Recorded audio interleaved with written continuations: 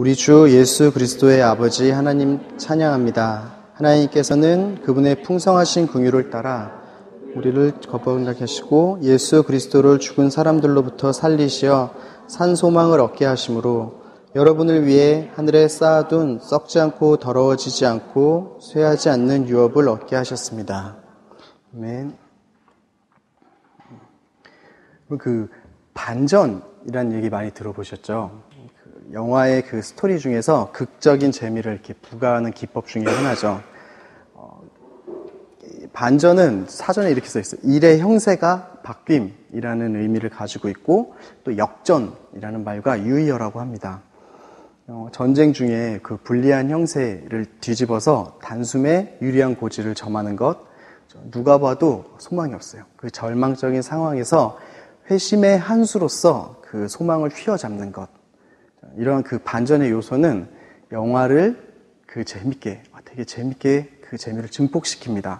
또 우리가 때로는 이런 소망을 하기도 합니다. 우리의 삶을 살아가는 동안에 그러한 반전을 기대하고 또 역전을 기대합니다. 그리고 그러한 반전을 직접 만나면 굉장히 기쁘죠. 굉장히 놀랍고 그걸 어떻게 표현할 수가 없을 정도의 즐거움이 있습니다. 때로는 우리가 경험하는 그 고난이 우리의 심장을 이렇게 옥죄어 오듯이 언제 끝날지 모르는 절망과 아픔인 줄 알았는데 어느 순간 돌아보니 그것이 나를 다듬어가고 세워가고 있는 그것을 알았을 때 그뿐 아니라 이제 그 일을 통하여서 그 경험을 통하여서 다른 사람을 도울 수 있는 나의 힘이 되는 것을 알았을 때 이런 반전을 경험하고 하나님께 찬양할 수 있게 되는 것 같습니다. 이런 반전은 대부분 반전을 경험하고 나서야 이렇게 알 수 있는 경우가 많습니다. 그 반전에 대해서 온전히 알 수 있는 사람은 시나리오 작가, 아니면 전쟁이라면 그 전쟁의 계획을 구상했던 사람이 온전히 알 수 있을 뿐, 그 안에 참여되어 있는 사람들은 딱히 이것이 그것인지 알지 못하고 이후에 발견하게 되거나 하나의 퍼즐로서 우리 안에 끝까지 남아있을 때가 있습니다.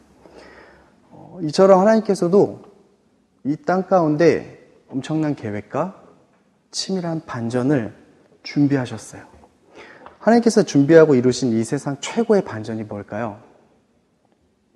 답 적혀 있죠. 네.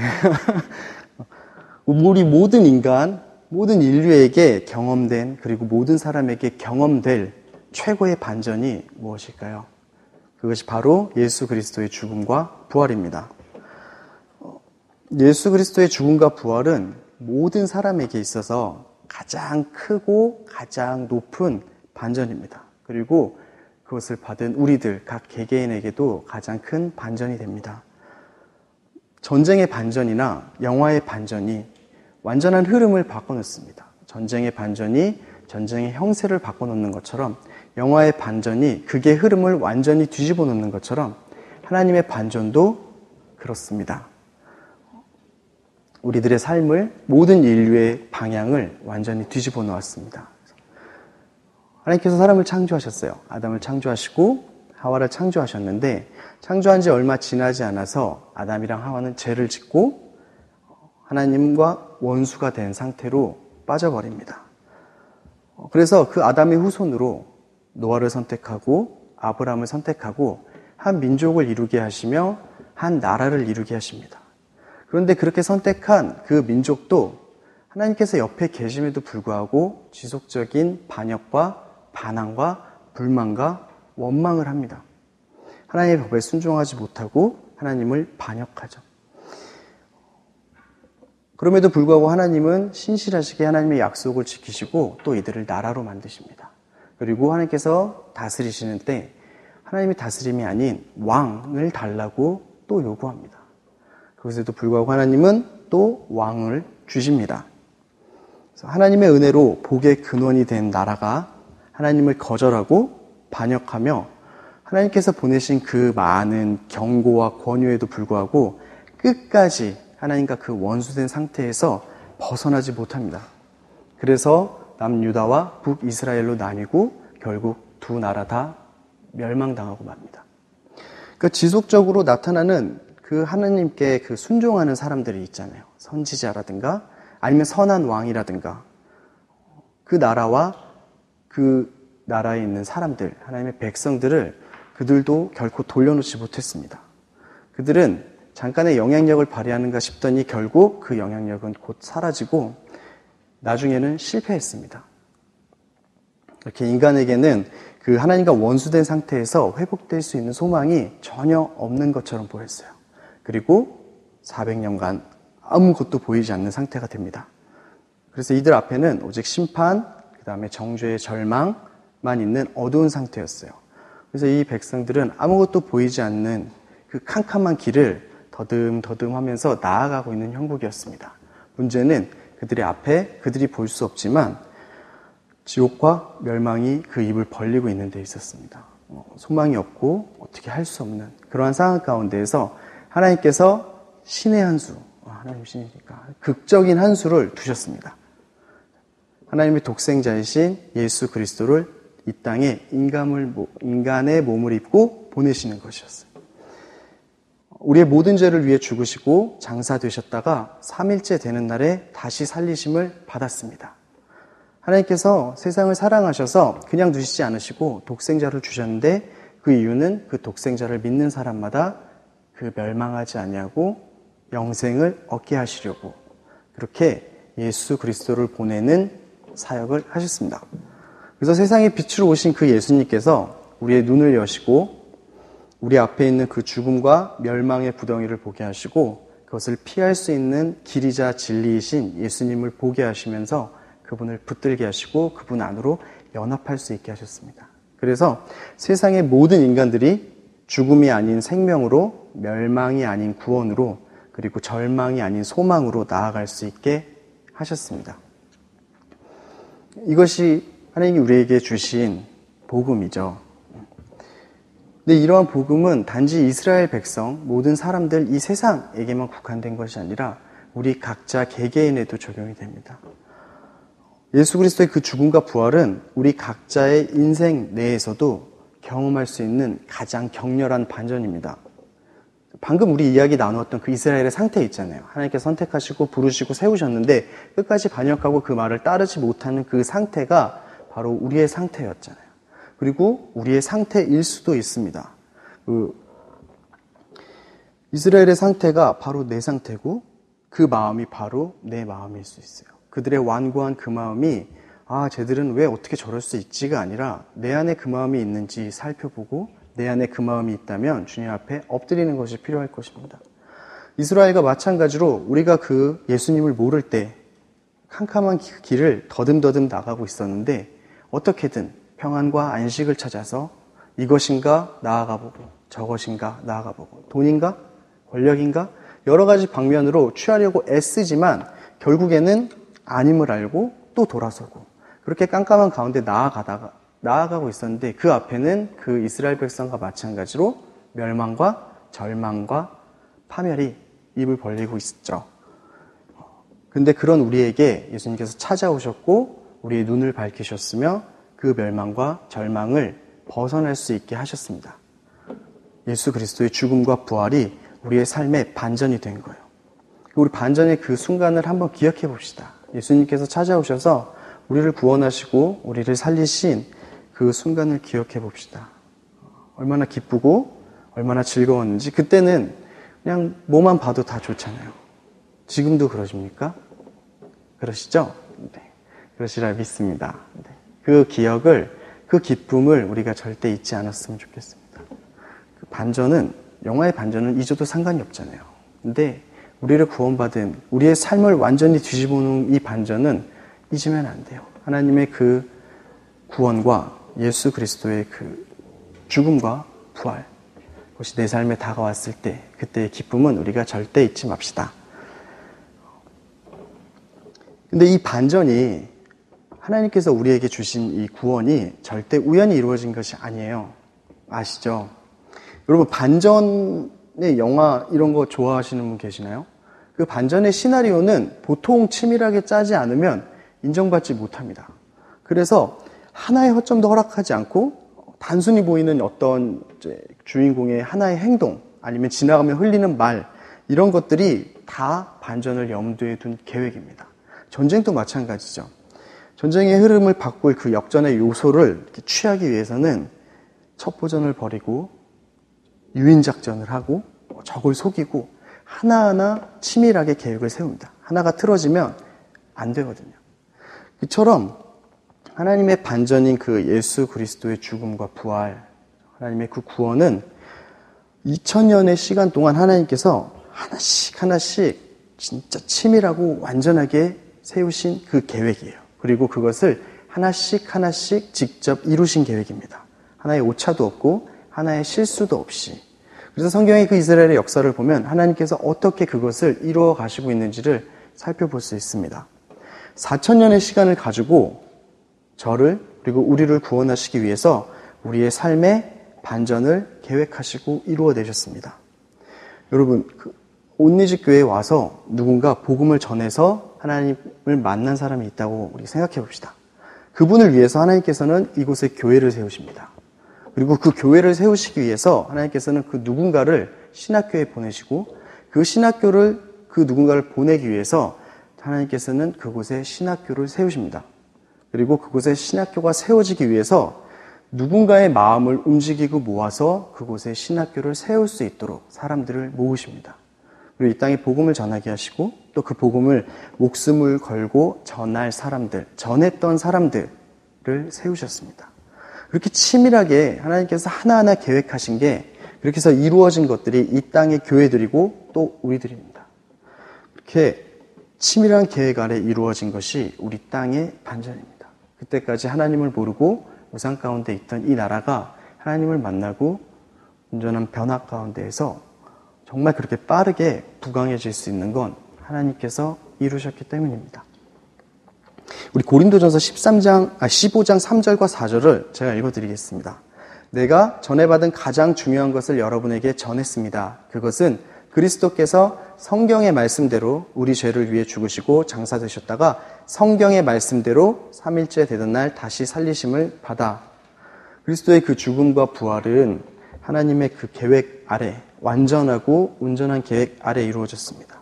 그 성경에 모든 것들을 말씀하셨어요. 이 구약 성경에 하나님의 그 계획에 대해서 그 예수 그리스도의 오심과 죽음과 부활에 대해서 예언되어 있습니다. 그리고 성취하셨죠. 예수님께서 오셔서도 스스로에게 그렇게 말씀하셨고요. 그렇게 하나님께서 우리를 사랑하십니다. 하나님께서 그냥 단순히 내가 지었던 모든 피조물 중에 하나이기 때문에 이렇게 구원하신 것이 아니라 나, 여러분 한 명 한 명을 알고 계시고 찾아오시고 또 우리를 찾아오시고 우리를 붙들고 돌이키게 하시기 위해서 그 계획을 처음부터 태초부터 세우시고 이루어 나가셨습니다. 그것이 지금 우리가 이곳에서 맺고 있는 열매들이에요. 하나님의 사랑은 결코 실패하지 않습니다. 우리의 그 연약함이나 어떠함에 관계없습니다. 하나님의 사랑과 하나님의 신실하심, 바로 하나님의 그 성품, 하나님의 어떤 분이신지 때문에 우리가 이렇게 있을 수 있습니다. 그래서 다행이죠. 나 때문에 그래서 큰일 날 뻔했는데, 그렇죠. 그러니까 우리가 좀 더 주님을 더 신뢰하고 더 의지하면 좋겠습니다. 그렇게 주님께 좀 맡기고 주님께 순종할 수 있을 때 주님께서 우리를 다듬어 가실 거예요. 그 상황이 조금 아플 수도 있고 좀 기쁠 수도 있고 여러 가지 상황일 수 있지만 항상 주님의 손은 그리스도 안에 있는 우리들을 내버려 두지 않습니다. 그 사랑은 절대로 실패하지 않고 선한 일을 시작하신 그분께서 완성하실 그때까지 행하실 것이고 종국에는 다 완성하실 거예요. 이런 반전은 아까 얘기했다시피 굉장한 영향력을 가지고 있죠.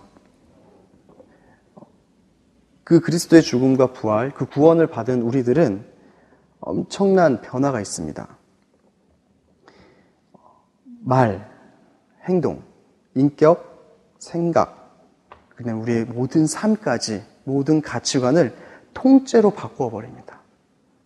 우리의 삶이 완전히 반전된 거예요. 반전이라는 게 이렇게 해서 뒤집어지는 거잖아요. 하나님을 등지고 계속 죽음으로 달려가던 사람을 온전히 뒤집어서 하나님께로 달려가게 합니다.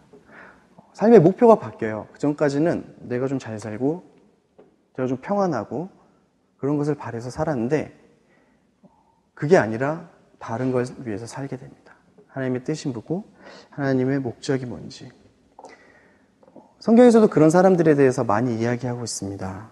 하나님께서 부활하신 그리스도께서 게바에게, 베드로에게 나타나셨고 그 다음에 12제자에게, 그리고 500여 명이 넘는 형제들에게, 그리고 예수님의 동생인 그 야고보, 그리고 사도 바울에게 나타났습니다. 이렇게 만난, 그 부활하신 예수님을 만난 이 사람들의 삶이 완전히 뒤집어졌어요. 베드로의 고백이 오늘 본문입니다. 1장 3절 우리 같이 한번 읽어볼까요? 우리 주 예수 그리스도의 아버지 하나님을 찬양합니다. 하나님께서는 그분의 풍성하신 긍휼을 따라 우리를 거듭나게 하시고 예수 그리스도를 죽은 사람들로부터 살리셔 산 소망을 얻게 하심으로, 산 소망, 살아있는 소망을 주신다고 하시는 거예요. 예수 그리스도를 죽은 사람으로부터 살리신 그 살리심으로 우리에게 산 소망을 주신다고 이렇게 고백하고 있습니다. 이 살아있는 소망은 역동적이고 뭔가 활력이 있고 살아있어요. 그래서 지루해지지 않고 허무해지지 않고 아무것도 잡을 수 없는 이렇게 허공을 이렇게 붙잡는 것과는 다르게 분명하고 확실하게 잡혀지는 그 소망을 의미합니다. 그리고 그 소망이 사도들을 변화시켰어요. 12제자들은 가룟 유다 빼고 사도 요한 빼고 나머지들은 다 순교했다고 전해지고 있습니다. 역사적 자료들이 있는데 그들이 처음부터 그런 큰 믿음을 가지고 있었던 것이 아니죠. 예수님 십자가에 달리실 때 이 제자들은 다 도망갔습니다. 심지어는 저주까지 했죠. 근데 그들이 다시 부활하신 예수님을 만나고 그 부활하신 예수님을 목격하고 나서 변했어요. 믿음을 끝까지 저버리지 않았고 목숨을 버리기까지 예수 그리스도를 증거했습니다. 그 순교의 십자가 죽음 앞에서도 그리스도를 증거했어요. 부인하는 걸 절대 하지 않고 결국에는 죽었습니다. 예수님의 동생 야고보도 마찬가지죠. 야고보는 예수님에 대해서 되게 회의적이었고 그런 회의적이었던 야고보도 예수님을 만나고 부활하신 그 예수님을 만나고 나서 예수님을 주라고 부르면서 나는 그의 종이다 라고 고백합니다. 그리고 그 야고보도 순교했다고 이렇게 이야기를 합니다. 예루살렘 교회의 지도자로 있다가 나중에는 순교했다고 말합니다. 사도 바울은 말할 거 없죠. 다들 잘 아시다시피 예수님을 만나기 전에는 그리스도인을 죽이려고 다니던 사람이 예수님을 만나고 난 다음엔 자기가 죽도록 맞으면서 예수님을 증거하고 다녔습니다. 예수 그리스도의 그 부활을 바라본 사람들, 그 경험한 사람들한테 어떤 일이 일어난 걸까요? 그들의 삶에 무슨 일이 일어난 것일까요? 예수 그리스도께서 부활하셨다라는 것이 우리에게 어떤 의미가 될까요?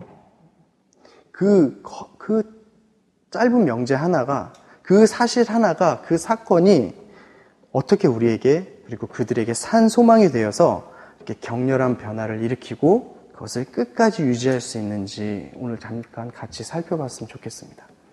그 예수 그리스도의 부활은 먼저 예수님께서 진정으로 살아계신 하나님의 아들이시고 그리스도이심을 입증하기 때문입니다.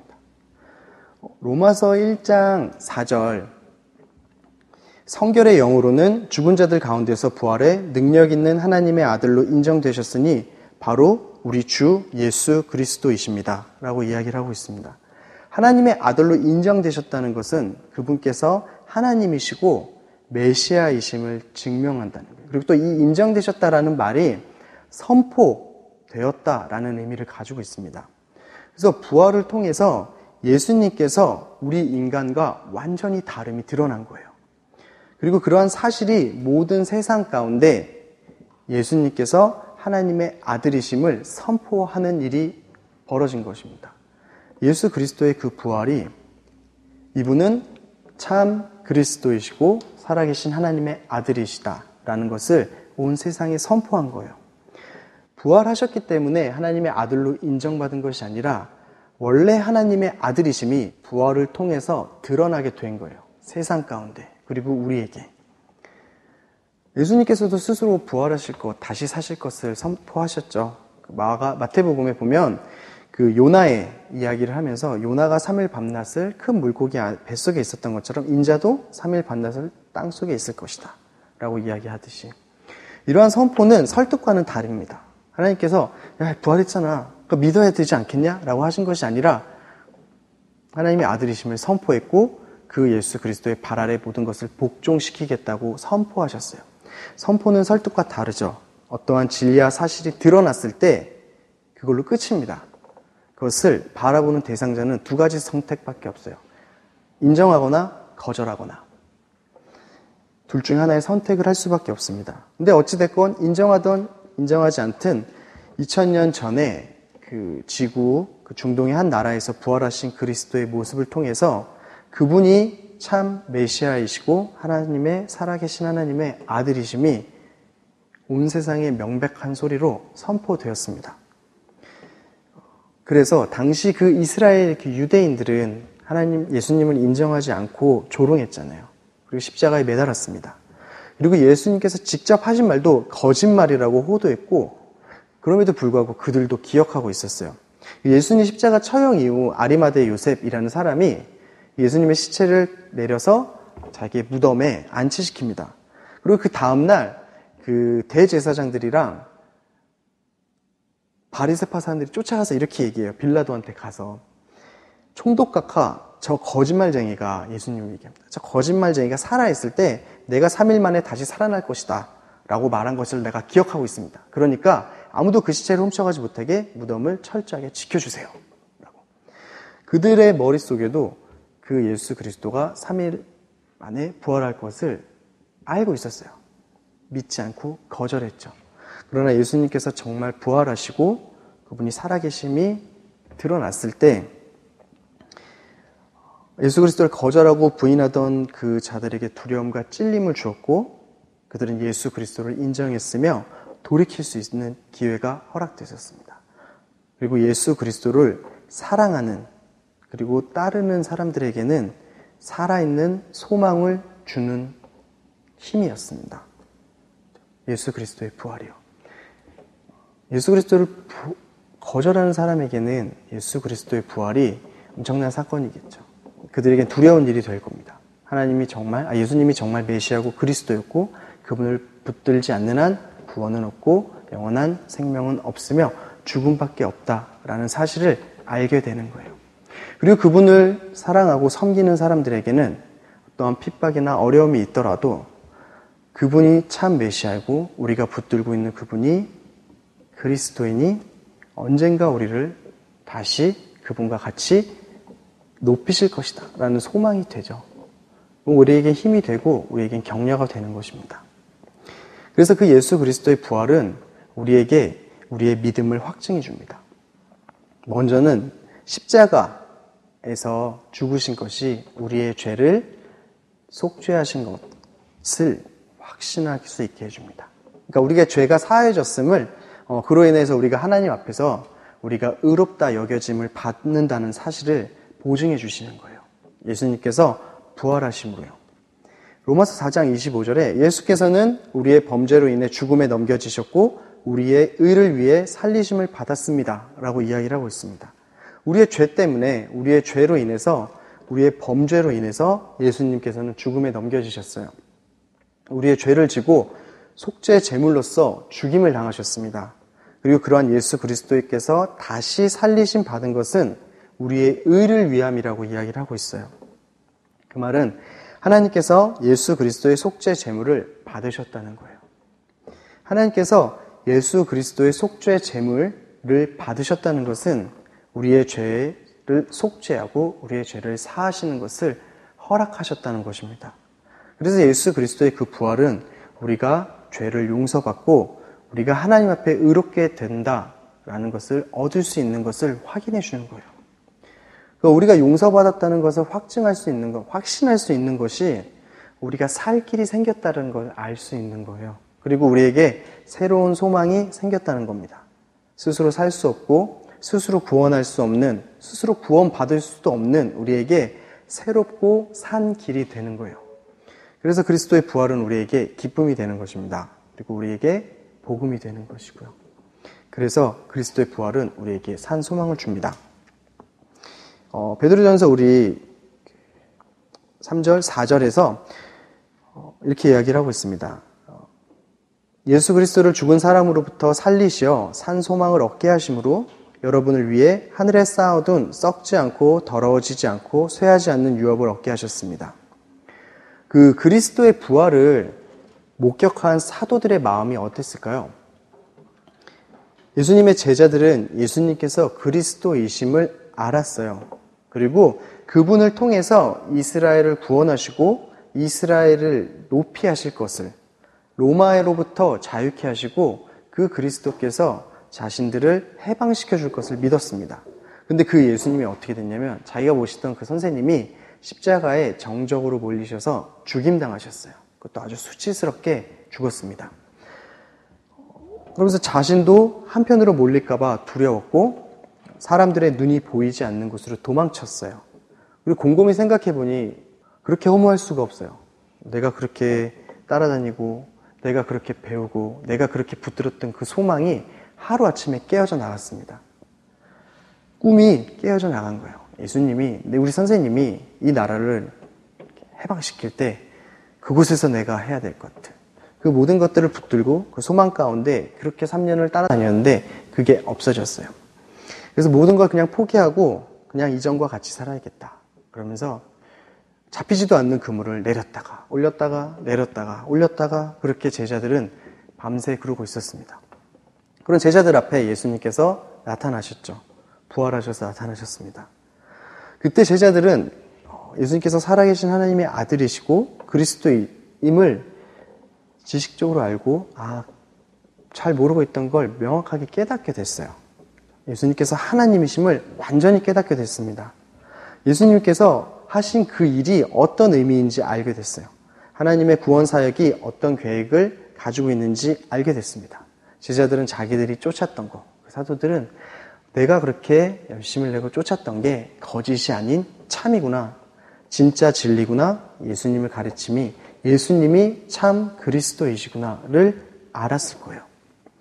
그래서 다시 뛰어나갑니다. 진짜를 알았으니 선포하고 예수님을 알려야겠죠. 그래서 막 뛰어나가서 예수님을 전하는데 생명의 위험이 있는 거예요. 핍박도 있고 조롱도 있었습니다. 공격도 있었고요. 실제로 죽을 위험에도 많이 빠졌고 죽는 사람도 나오고 있습니다. 근데 그들은 두려워하지 않았어요. 어떻게 그럴 수 있었을까요? 그들이 하나도 두려워하지 않았어요. 여러분, 우리가 예수님을 전할 때 어떠한 조롱은 괜찮죠. 기분만 나쁘면 되는데 이런 물리적인 이제 폭력을 가하려고 하면 두렵지 않겠습니까? 두려울 것 같은데요. 네. 옛날에 그 얘기 한번 한 적이 있는데 고문당하고 순교할 바는 주님 한 방에 그냥 이렇게 그죠? 고문 안 당하고 고문당하면 진짜 부인할 것 같아요. 저희 그 연약함 의지로 봤을 때 어쨌든 사도들의 이런 믿음이 부럽습니다. 놀랍기도 하고. 우리 고린도전서 15장 한번 찾아볼까요? 고린도전서 15장 20절에서 23절입니다. 그러나 이제 그리스도께서 죽은 사람들 가운데서 다시 살아나셔서 잠자는 사람들의 첫 열매가 되셨습니다. 한 사람으로 인해 죽음이 들어왔으니 한 사람으로 인해 죽은 사람들의 부활도 옵니다. 곧 아담 안에서 모든 사람이 죽은 것 같이 그리스도 안에서 모든 사람이 생명을 얻을 것입니다. 그러나 각각 차례대로 될 것이니 먼저는 첫 열매인 그리스도시요 그 다음은 그리스도께서 다시 오실 때 그분에게 속한 사람들입니다. 네, 거기까지. 제자들은 이 확신이 있었던 거예요. 제자들의 생각이 바뀌었습니다. 내가 보고 있는 이 육신의 세상, 내가 살고 있는 이 세상이 끝이 아니구나라는 걸 알게 됐어요. 여기가 전부다라는 사실이 깨어졌습니다. 그리고 또한 그리스도를 죽은 자 가운데서 살리셨잖아요. 부활시키신 그 하나님께서 내가 그리스도 안에 있으면 나 역시 살리실 것을 믿었습니다. 예수님께서 그 이야기를 하셨거든요. 계속해서. 눈으로 보이지 않는 소망을 볼 수 있게 되었습니다. 썩지 않고 더러워지지 않는, 쇠하지 않는 하나님의 유업, 하나님의 그 약속으로 주실 것들, 그것이 자신들에게 그리스도 안에서 얻을 수 있음을 확신하게 된 거예요. 그러니까 이들의 이 살아있는 믿음, 그 살아있는 소망으로부터 그런 믿음이 왔어요. 그래서 살아있는 그 소망, 그 산소망이 우리의 삶을 변화시킵니다. 예수님께서 진정한 메시아이시고 하나님의 아들인 것이 확실하다. 그리고 우리는 그 예수님 안에서 받을 유업이 분명하게 있다라는 것이요. 그러니까 예수 그리스도의 부활은 우리가 살아가는 이 땅이 끝이 아니라는 것을 계속 이야기를 합니다. 이 땅에서 살아가는 것, 지금의 이 삶이 전부다. 죽으면 끝이다. 라는 거짓말을 깨시고 진정한 사실을 알게 합니다. 예수 그리스도의 그 부활은 단지 그 죽은 사람이 다시 살아나는 걸 의미하지 않아요. 성경에 보면 사람이 다시 살아나는 경우가 많이 있습니다. 구약에서도 있죠.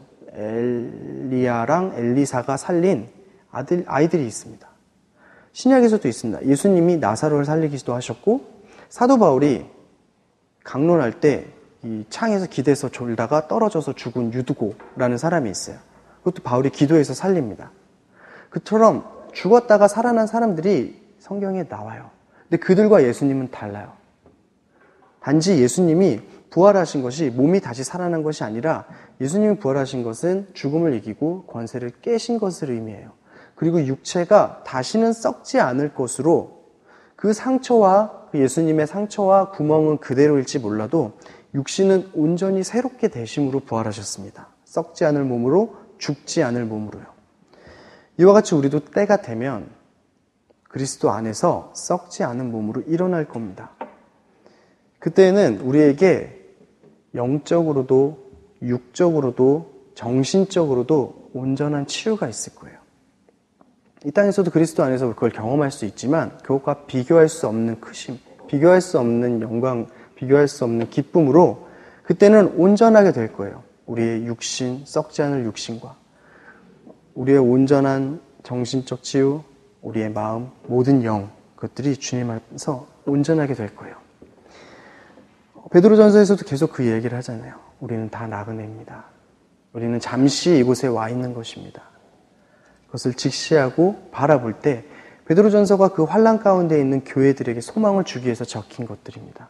그 시작을 이걸로 하고 있어요. 이 땅에 나그네로 살아가고 있으며 이 땅의 삶에 비교할 수 없이 긴 영생을 하나님과 함께 할 것이라고. 그것에 대해서 우리가 잊으면 안 됩니다. 그리고 그러한 인식이 그것을 바로 아는 게 이 땅에서 삶도 변화가 돼요. 그것을 모르면 이 땅의 삶이 변화되기가 어렵습니다. 근데 그러한 인식이, 그러한 산 소망이 이 땅에서의 삶에도 영향을 미치고 또 이 땅에 살아갈 때 실제적으로 능력으로 하나님께서 나타나십니다. 고린도전서 15장 19절에 사도 바울이 그래서 이렇게 이야기를 합니다. 만일 우리가 그리스도 안에서 가진 소망이 이 세상의 생명뿐이면 세상의 모든 사람들 가운데 가장 불쌍한 사람들일 것입니다. 예수 그리스도의 부활이 이 사실을 우리에게 말하고 있습니다. 잠시 있다가 사라질 것들에 대해서 예수 그리스도께서 부활하셨다는 것은 그 죽음과 그 사망의 권세 모든 것을 깨신 거예요. 그리고 그분에게 일어날 일이 뭐냐면 하나님께서 그 예수 그리스도의 발 아래에 모든 만물을 복종시키실 것이에요. 하나님께서 때가 되면 그리스도의 발 아래 모든 것들을 복종시키십니다. 그리고 그리스도는 그리스도 앞에 복종한 모든 것들을 하나님 앞에 복종하게 할 거예요. 그리스도 자신도 포함해서요. 그리고 마지막에 멸망당할 원수가 바로 죽음이라고 합니다. 그 죽음까지도 하나님 앞에 복종하고 말 겁니다. 그렇기 때문에 때가 되면 첫 열매였던 그리스도, 그리고 그 다음은 그리스도 안에 있는 우리들이 살아날 것이고, 그리고 그 다음엔 세상의 마지막이 온다고 고린도전서에서 이야기하고 있습니다. 오늘 집에 가서 혹시 그 시간이 되시면 고린도전서 15장을 쭉 읽어보시면 좋을 것 같습니다. 그래서 우리가 반드시 알아야 될 것이 그것입니다. 예수 그리스도의 부활은 이 땅의 끝이라는 것을 말하고 있지 않습니다. 그 이후에 삶이 있고 영원한 것이 있습니다. 아무리 좋아 보이는 것도 우리가 이 땅에서 얻는 정말 좋은 것도 몇 년이면 다 낡습니다. 옛 것이 되죠. 낡은 것이 돼요. 우리의 눈에는 더 빨라요. 몇 달? 몇 주? 아니면 며칠 안에 좋아 보이지 않게 돼요. 그렇게 애타서 가졌던 그게 내 손에 들어오고 나면 희한하게 일주일 이내에 별로 재미가 없습니다. 가지고 싶을 땐 그렇게 마음이 뜨거웠는데 가지고 나면 그 장난감 며칠 가지고 놀지 않게 돼요. 잠시 있다가 우리 눈에도 잠시 좋아 보이다가 말 그런 것들에 우리의 삶을 낭비하지 않았으면 좋겠습니다. 이 땅의 시간이 우리에게 허락됐잖아요. 이 시간 동안 이 시간은 또 한계가 있잖아요. 그 한계가 있는 그 시간을 우리가 좀 더 가치 있고 영원한 것에 투자하기를 원합니다. 허무한 것에, 없어질 것에. 제가 옛날에 게임을 많이 좋아했는데 하면 재밌어요. 할 때 막 합니다. 한두 시간 하고 나서 그걸 덮으면 그렇게 허무할 수가 없어요. 내가 이 2시간을 진짜 이렇게 썼으면 이렇게 썼을 텐데 저렇게 썼으면 저렇게, 차라리 기타를 쳤으면 그렇게 허무할 수 없어요. 근데 우리의 영생에 관한 문제라면 단지 그렇게 하루 기분 나쁘고 끝날 정도가 아니라 우리의 생명에 걸린 문제잖아요. 너무나 유명한 말이 있습니다. 짐 엘리엇 선교사님. 결코 놓치지 말아야 하는 것을 얻기 위해서 언젠가는 놓아야 할 것을 포기하는 사람은 현명한 사람이다. 우리의 삶의 초점이 그곳에 있기를 원합니다.